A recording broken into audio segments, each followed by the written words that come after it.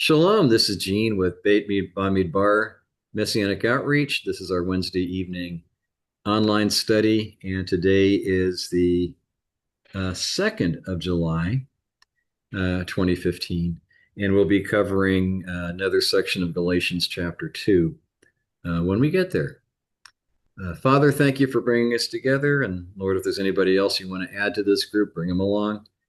Um, Help us to learn your ways, help us to love your ways, help us to um, be joyful in our walk with you, that even the things that you ask us to do, we can do with joy and with satisfaction. B'Shem Yeshua. Amen. Okay, let me get this up. Our bulletin for the week.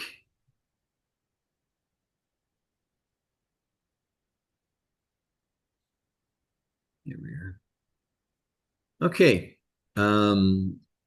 The bulletin is dated for 9 Tammuz, or otherwise known as July 5. Um, this bulletin we use in our Sabbath morning prayer service gathering over in Post Falls, and so the date's set for that. If it's a little confusing, just wait a few days; it'll all make sense. Um, we get together at the Idaho State Veterans Home in Post Falls, Idaho, starting at 9:30. You're all welcome to come. It's open to the public. And if you're looking for a nice vacation trip, a nice drive with some really beautiful territory up here, come on up and we'll enjoy your presence. Okay, we have our normal Shabbat Shachrit prayer service. It's geared for the veterans, so it's very Hebrew light, but it's covers all the bases. And we discuss the weekly parsha, and this week's reading is Chukat, which means statutes or laws thereof, and our reading is there. Our graphic today, of course, is Shaddai in Hebrew, very stylistic Hebrew, and continually pray for the peace of Jerusalem.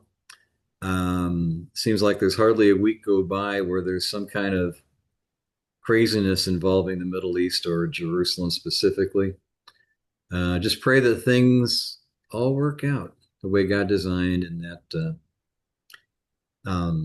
we're not surprised and shocked and worried, but rather we have our confidence in the living God, and things will all work out. Next week's reading, Balak, one of my favorite stories, especially when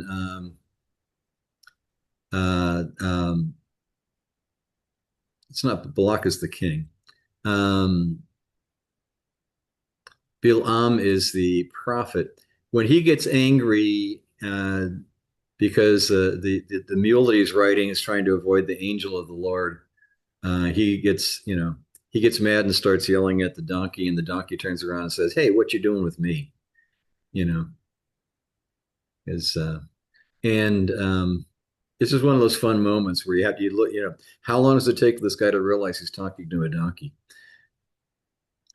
That's actually a good indication of how he is at anger management. He just has no chance at thinking through things rationally. Okay. Our weekly meetings are here at 6:30 on Wednesdays. If you're listening to this, you are in the meeting. Just go on to beitbamidbar.com and roll down the screen a little bit, and on the left side will be a click here section to join. But if you're reading this, then you're here already.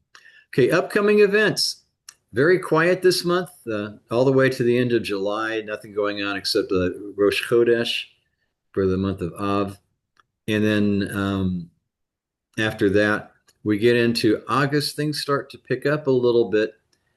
Some traditional gatherings and events in preparing for the High Holy Days, and start preparing, I should say. And that'll continue on with odds and ends here. uh, minor festivals or occasions, I should say.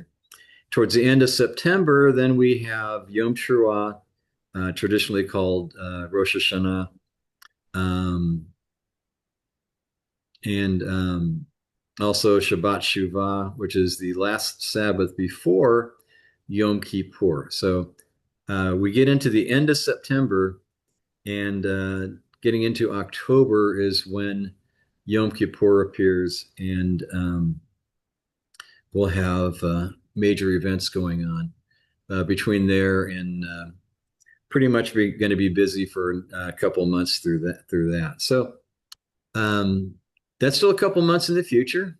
So it'll happen when it happens. Otherwise, stay tuned because things will develop. Okay, any questions, comments, or rebukes with regard to the bulletin? Yeah, I don't, sorry, I asked so detailed small. I don't know the picture, what's that picture? Okay, that's a very stylized Hebrew. You have a sheen, a dalet, and an ayin, Oh, which means Shaddai.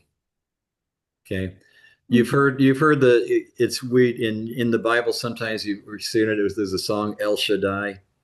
yeah, Um, okay, and it means the provider, the one who provides. wow, amazing. Yeah. Thank you.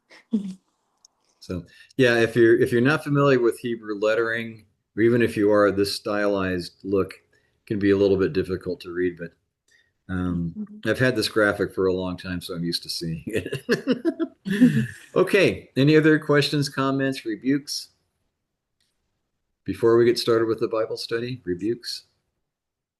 The first I thought it was gone. I'm sorry. Oh, that's okay. Not to worry. Yeah. Okay, let's get the study up.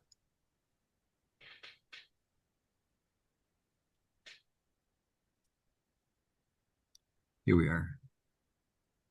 Galatians chapter 2. Third entry into Galatians chapter 2. There we are. Okay, so now it's out of the way.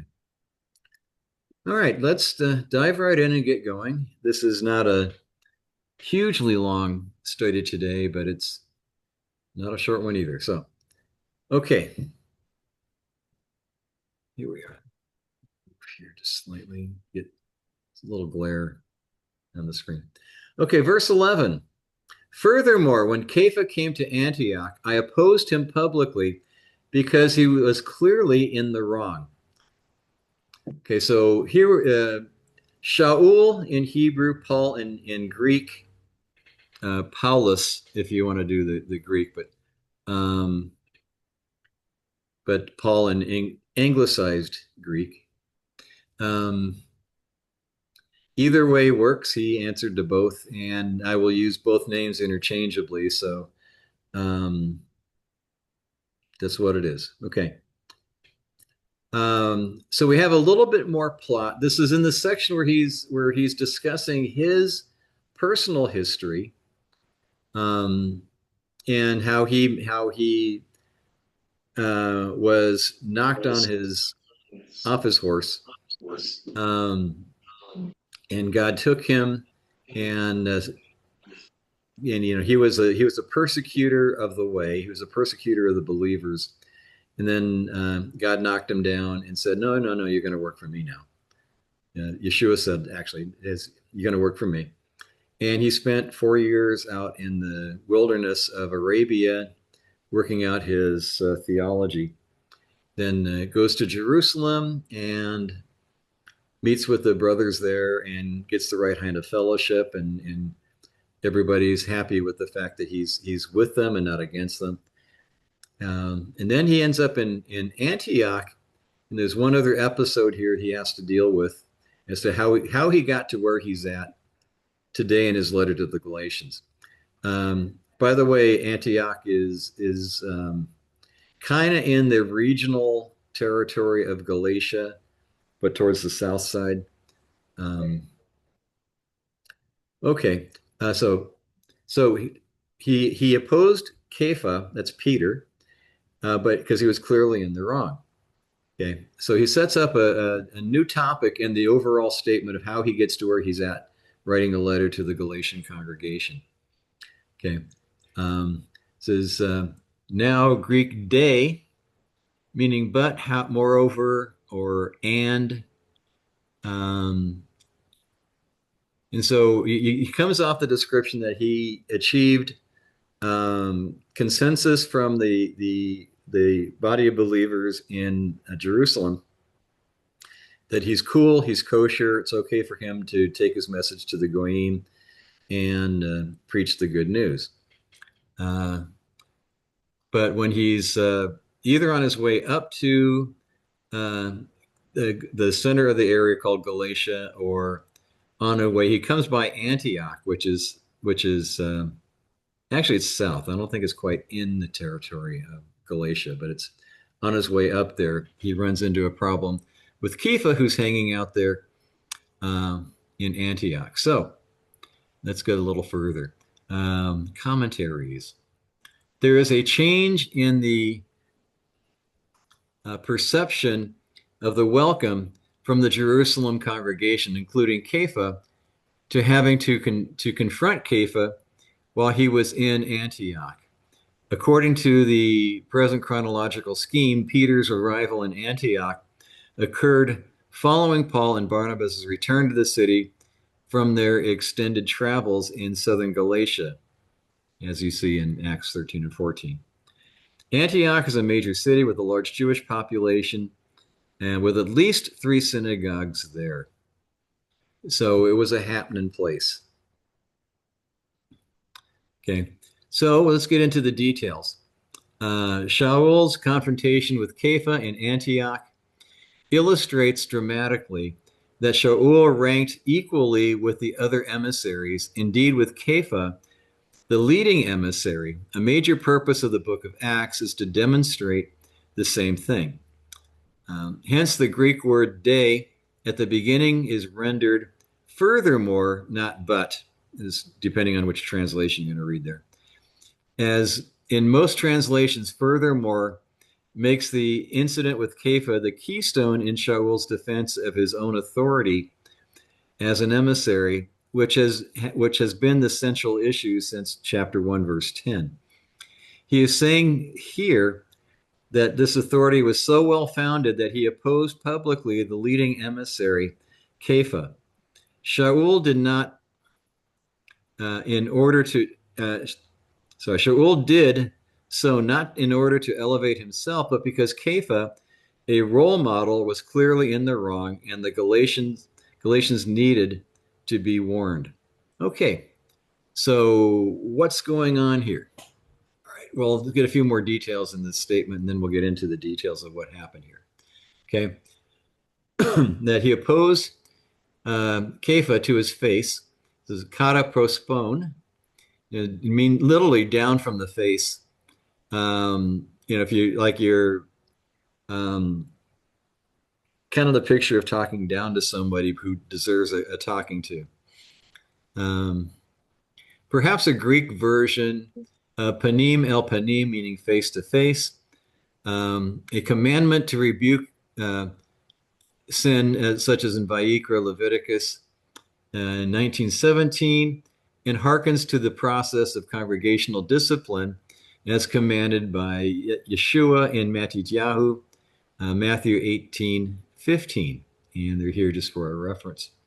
Do not hate your brother in your heart, but rebuke your neighbor frankly, so that you won't carry sin because of him. Okay. In other words, if somebody's doing wrong, you do need to mention it. Okay. However, the qualification is to do so fearfully or gently, I guess would be the better way to put it. Realizing that you're just as easy to fall in to probably that very same sin that you're going to go after somebody about. Okay, so let's see.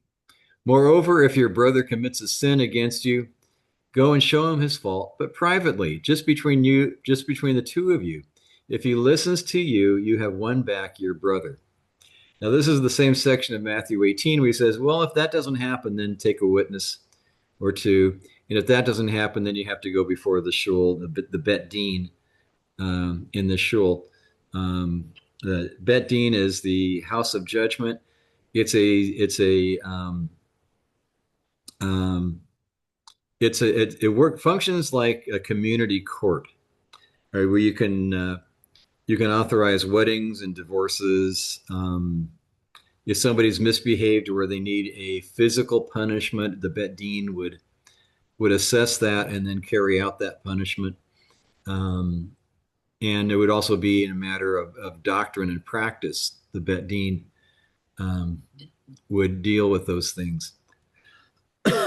Okay.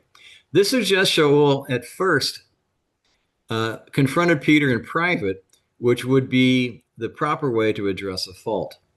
Rabbi Eliezer said, let the honor of thy fellow be dear to thee as thine own, out of Mishnah Avot, chapter 2, verse 10. Okay. More into the details of what's going on. Verse 12. Any questions, comments, rebukes before we get to verse 12?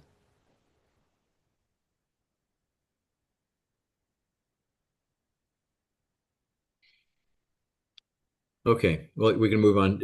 Feel free to break in if you have a question or a comment. Go ahead and stop me anytime along the way. I'd rather deal with the question when it's on your mind than you trying to try to remember or dealing with it out of context. Okay, verse 12. For prior to the arrival of certain people from the community headed by Yaakov, he had been eating with the Gentile believers, but when they came, he withdrew and separated himself because he was afraid of the faction who favored circumcising Gentile believers. Okay, so that's a big mouthful, but that's what's going on. Peter, who had no trouble hanging out with the goyim. Remember, it was Peter who introduced the gospel, the good news, to the Gentiles. Okay, as a people group. Acts chapter 10. Okay. So he's the one who got to be the one to introduce the good news to the Gentiles. And, we know from following after that in Acts chapter 11, there's a council to decide what to do with the Gentiles. In Acts 15, again, another council trying to decide what to do.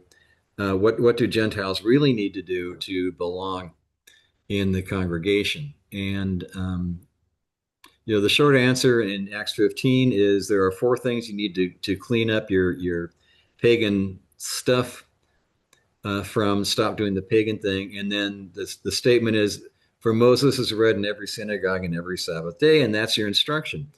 Get into shul and learn. Okay.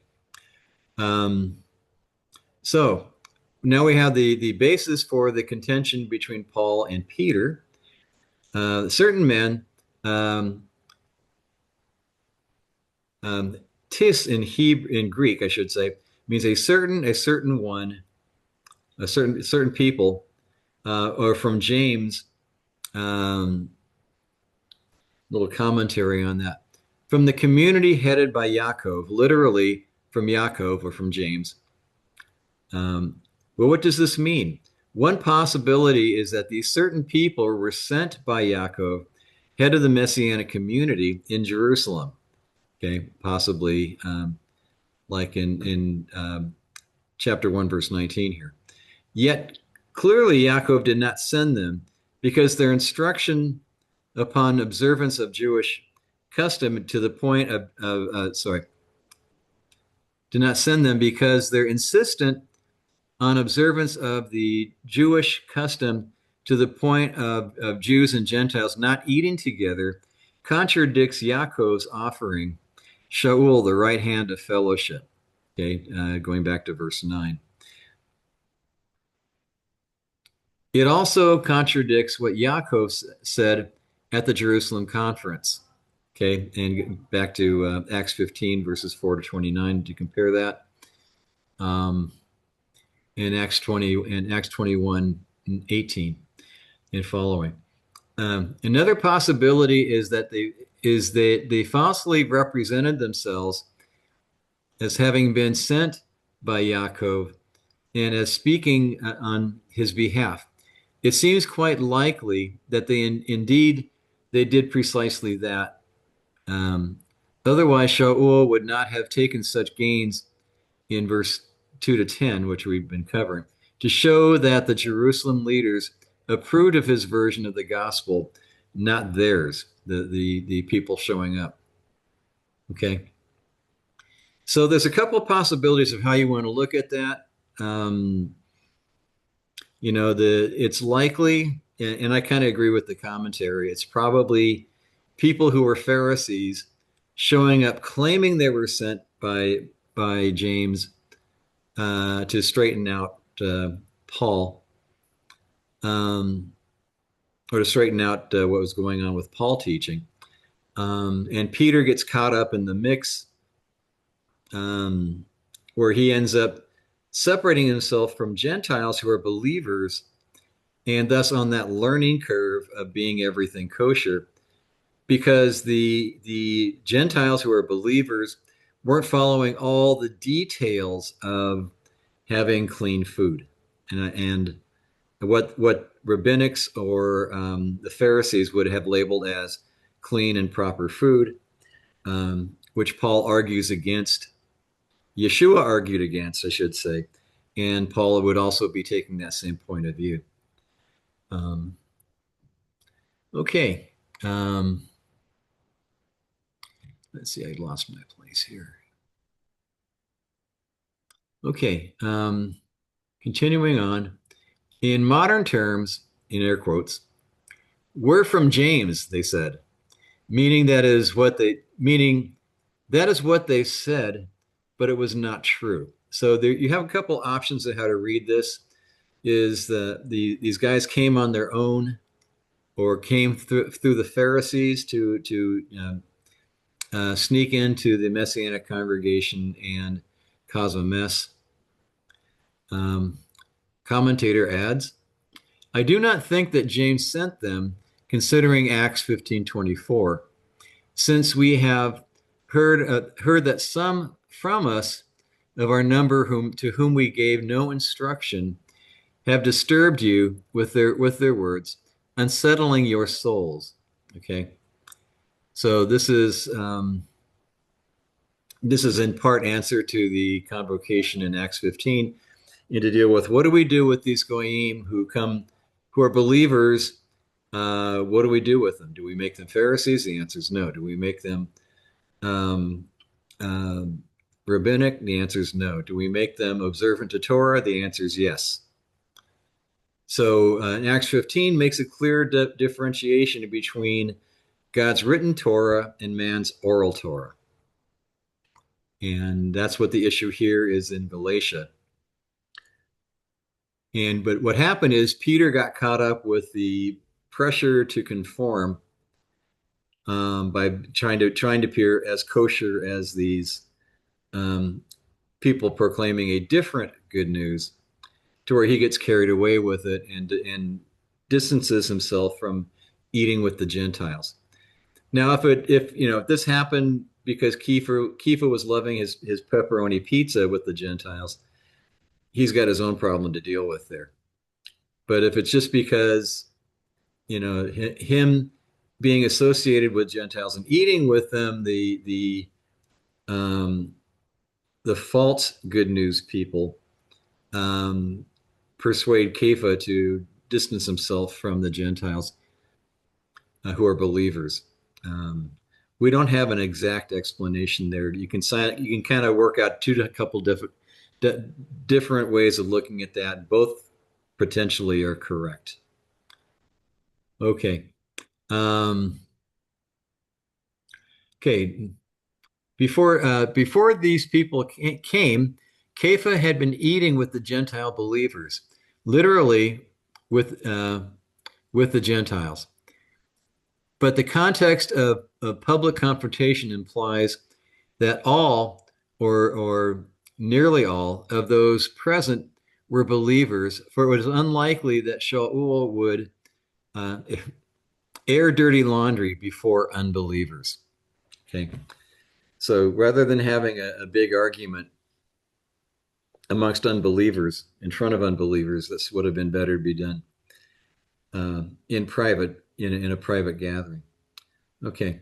This is important, for it is not to be thought that Kepha had abandoned Jewish tradition and now ignored keeping kosher, so that he ate with any and all Gentiles, whether he felt like it, whenever he felt like it. His loyalty to kashrut had been such that nothing treif, nothing unclean, has ever touched his lips prior to his seeing Cornelius. For this we have his word spoken while he was seeing a vision in Acts chapter 10, verses 12 to 15, and reported afterward by him to other believers, such as in Acts 11, verses 5 to 10, where he explains what's going on. Accordingly, the laws of kashrut remain. The Messianic community has not ignored them, such as in Acts 21, verses 20 and 21. And we have that here. Upon hearing it, they praised God, because they also said to him, "You see, brother, how many tens of thousands of believers there are among the Judeans, and they are all zealots for the Torah. Now, what they have been told about you is that you are teaching all the Jews living among the Goyim to apostatize from Moshe, telling them to not have a Brit Milah for their sons and not to follow the traditions." Okay, which sparks a whole different direction in the conversation, but for our business here, this is far enough in the discussion. So the rumor, they couldn't convince Paul to change his approach, but they can run back to Jerusalem and set up an ugly rumor about him, and that's what they did. Okay. The Messianic Jew, Daniel Klutstein, has offered an alternative consideration, alternate understanding. The problem may not have been whether fellowship between Jewish and Gentile believers is more compelling than kashrut, but whether it is more compelling than ritual purity. Today, it is hard to appreciate how important purity was in the first century. Jewish life, although the fact that 1/6 of the Talmud is devoted to this subject, ought to give an indication. Considering that Kepha went frequently to the temple, he would not have been able to enter in a ritually impure state. But eating with Gentiles and being in their homes could render him impure and thus subject to criticism by the picky. A major point of Acts 10 and 11 is that Gentile believers in Yeshua were purified by God, so that Kepha learned to regard himself as ritually pure when eating with them. But before the overly critical Jews from Yaakov, he backed off and became a hypocrite, or at least was intimidated into being true, into not being true to what he believed. Okay, so that's kind of a mouthful there. Any questions, comments, rebukes?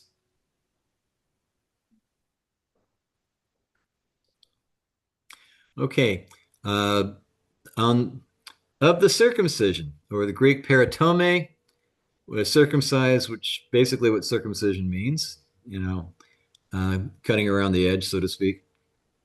The faction that favored circumcision of Gentile believers, literally the circumcision, but this cannot mean simply the Jews, as it does in verses 7 to 9.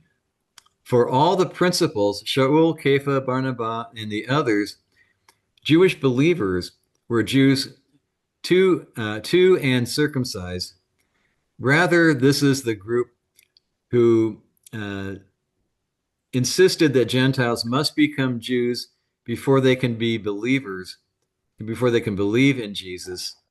The group referred to in many translations at the as the other there at three other places as the circumcision faction. Okay, and you have it references there if you care to find them. Okay, so not the Jews, but specifically the Pharisees, when demanded Gentile convert to Pharisaism, with the final act of being Pharisaic circumcision. Notice not the biblical circumcision, and that's my commentary on that. The Pharisaic version of a circumcision, not the biblical one. Um, and so, it, so that's the main point of the differentiation between the two groups. That's the main point of the differentiation in our story right here. And Peter, sadly, um, gets kind of pulled uh, into distancing himself from the Gentiles because they are ritually unclean as far as the Pharisees are concerned. And even the modern day Orthodox would consider any Gentile ritually unclean, thus, any contact with them would render you unclean. Um, okay. And one last comment on this bit. Um, this makes an interesting possibility. For Peter to be afraid of the Pharisees, it may have been he still considered himself to be a Pharisee, although on vacation while away from Jerusalem. It's possible. There's a story, somebody we know, actually, from way back, happened to be living in Philadelphia um, some time ago. And she happened to walk into a pizza place across town from where the regulars at their congregation would normally be. And she catches the leadership of the congregation sitting in front of their pepperoni and sausage pizzas. Um, and of course, she busts them. They acknowledge they get busted, but they never change their way. So maybe, in a sense, Peter might be doing something like that, where he's kind of taking himself a little bit at liberty, being a little bit slack, and not being too careful about whether or not what he's eating with the Gentiles is proper, kosher, or not. Um, that's a side argument, probably not the main one, but it's a possibility to consider. Okay. Questions, comments, rebukes?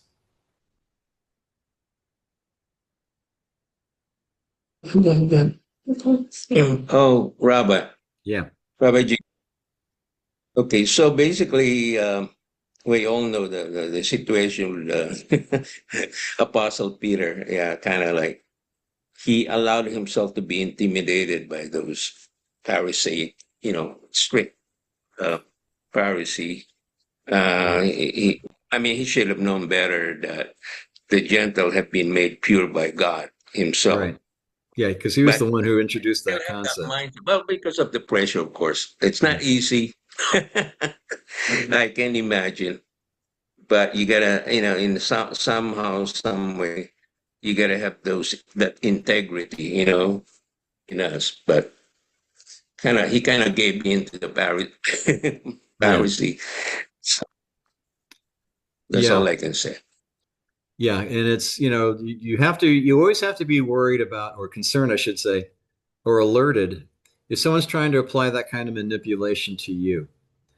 Um, those kind of things often start off with, you know, um, you're not going to hang out with those guys, are you?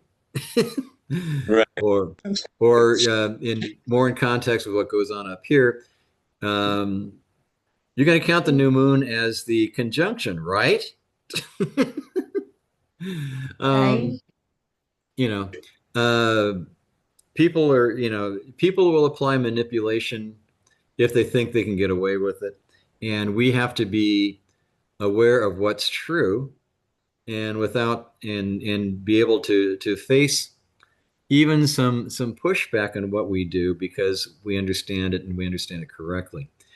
And that's part of what for whatever reason, Peter was either not too sure in his doctrine or not too sure in his standing with the people who came up from Jerusalem, and he allowed that to be a means to be manipulated. So it was right for Shaul to call him out on that. Yeah. Okay. Okay. Any other questions, comments, rebukes? Okay. Verse 13. And the other Jewish believers became hypocrites along with him, so that even Barnabas was led astray by their hypocrisy. So this is how bad it gets. If you don't have sound understanding, and you're not you know if you're not sure about what you're talking about, people will push you around, and to the point where even people who should have known better were filled with doubt or uncertainty, and thus got sucked along with the whole thing. Okay, and so they played the hypocrite. Okay, synepokrinomoi. Don't ask me to pronounce that. To disguise or conceal something, to feign, to deliberately ignore something, to pretend not to notice, to falsify, hide one's opinions or feelings. This sounds political. Okay. It sounds like just, this last election. There's a lot of pressure on people to follow the tide. Okay. The hypocrisy was withdrawing from the Gentiles as if there was something wrong with them, to appear froom, that is totally kosher even by tradition, to the Pharisees, or used by the Pharisees, Messianics, I put in quotes, to be untrue to the doctrines of God, just so we can sound like the Orthodox, or we can be like the Orthodox. Okay.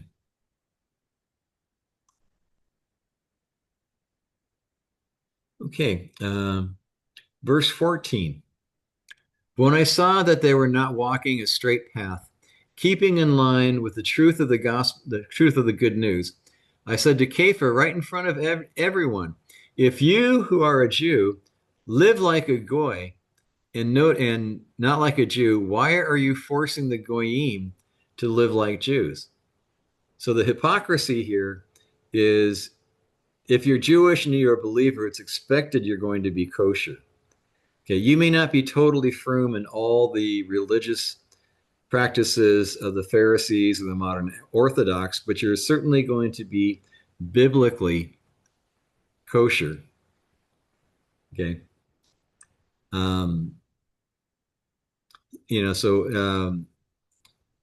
Why are you saying the goyim are wrong? Basically, the hypocrisy is being Jewish and living like a goy. Okay. And then turn around and say that Gentiles must also be living like Jews and become Jews in order to be acceptable.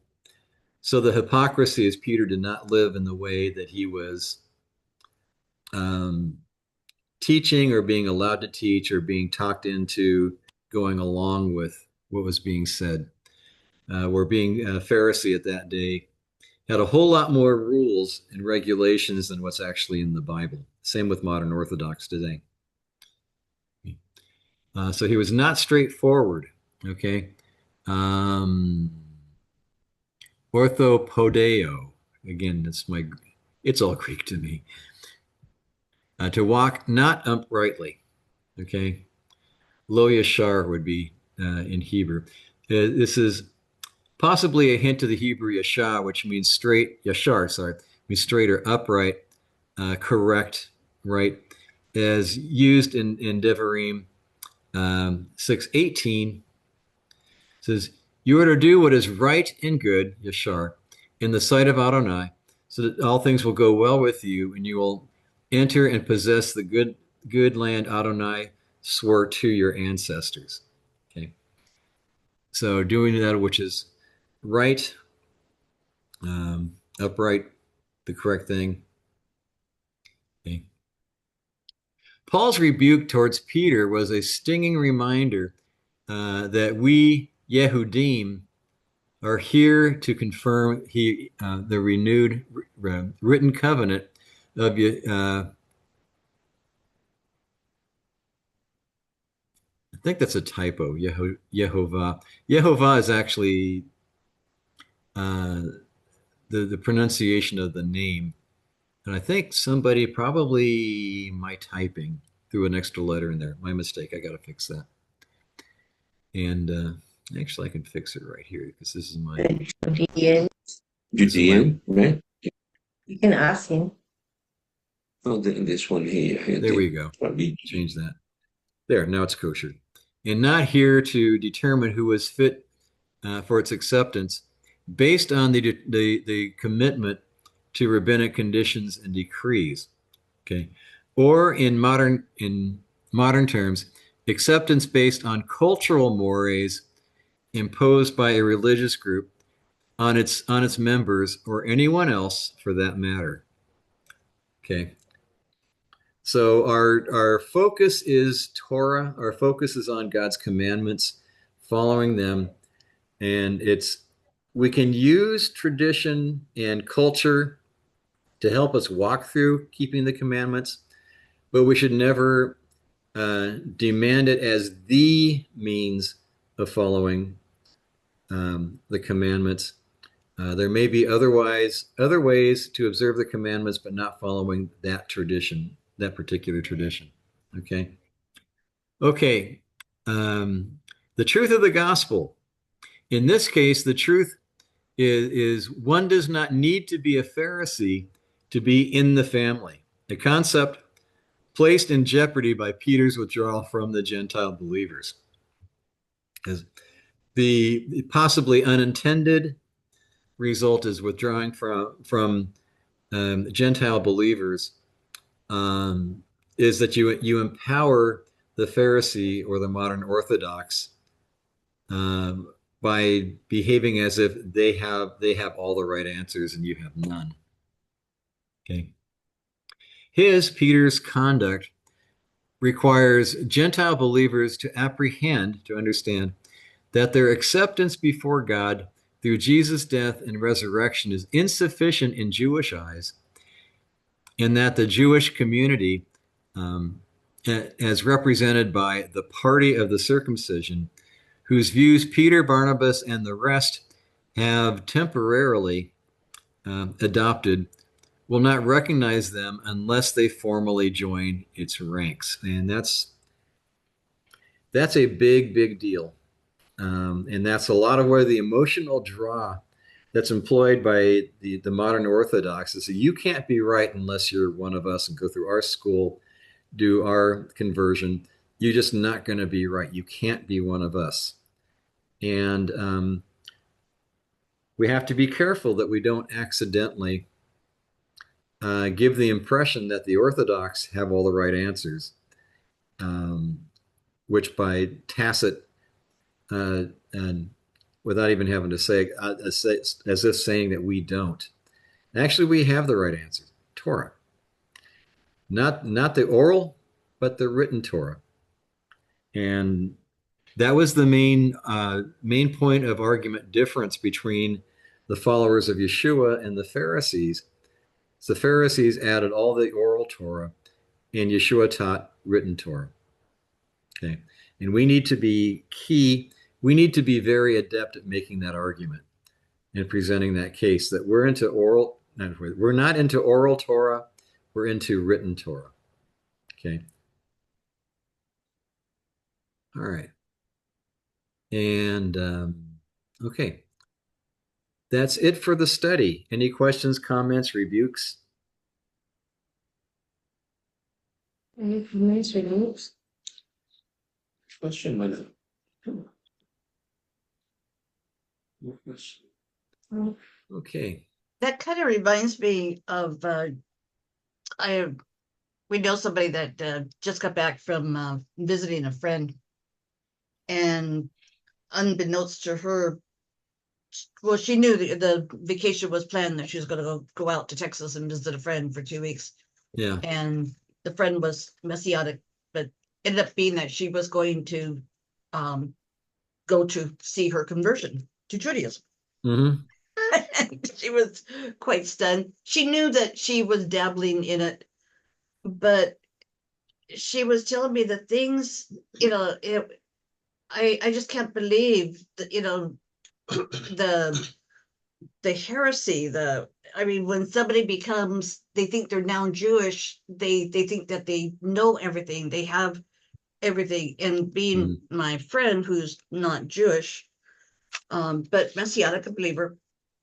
And so when she, I think it was during Oneg, her friend that invited her out there to Texas made her sit at the kids' table and just really demeaned her. And it's like, what happened to love thy neighbor as thyself? What happened to the love? It's kind of like, they're now, they're whitewashed. It's like they're thinking they're doing good on the inside, but they're, or the outside, they think they look great, but the inside, is horrible. Yeah. Yeah, that's very important, because it's the yeah. Yeah, doing something like that makes it kind of hard to think that I really want to be like that. Well, not only that, but like I told my friend, it's like, she's really making a bad rap for the Jewish people, because she's, portraying, and part of it too is being she's just gone through conversion. She doesn't know everything. She's done some book study, but, and she's, she's unfamiliar with a lot of things. And another instance that happened was at on Shabbat. My friend, she brought her jacket in because it was a little bit chilly outside, but then inside it got a little bit warm. So she took her jacket off and she was about to tie the jacket around her waist. And so her friend said, "Whoa, don't do that. I have to ask the rabbi if that's okay." So like tying the jacket around your waist works. Oh, Sabbath, yeah. And it's like, okay, so can you not take off and on your jacket? I mean, how far does it go? Yeah. Yeah, that's kind of interesting. So it just, some of the, I look at it and I'm just praying for this gal that, she will come to her. Well, not only that, but then she also denied, she's now walked away from Yeshua, and that's the key thing. But it's just really sad, that she no longer has that loving heart. Yeah. Yeah. Yeah, something's missing. Something's gone. Yeah, definitely. Yeah. Okay. Any other questions, comments, rebukes before we close for the evening?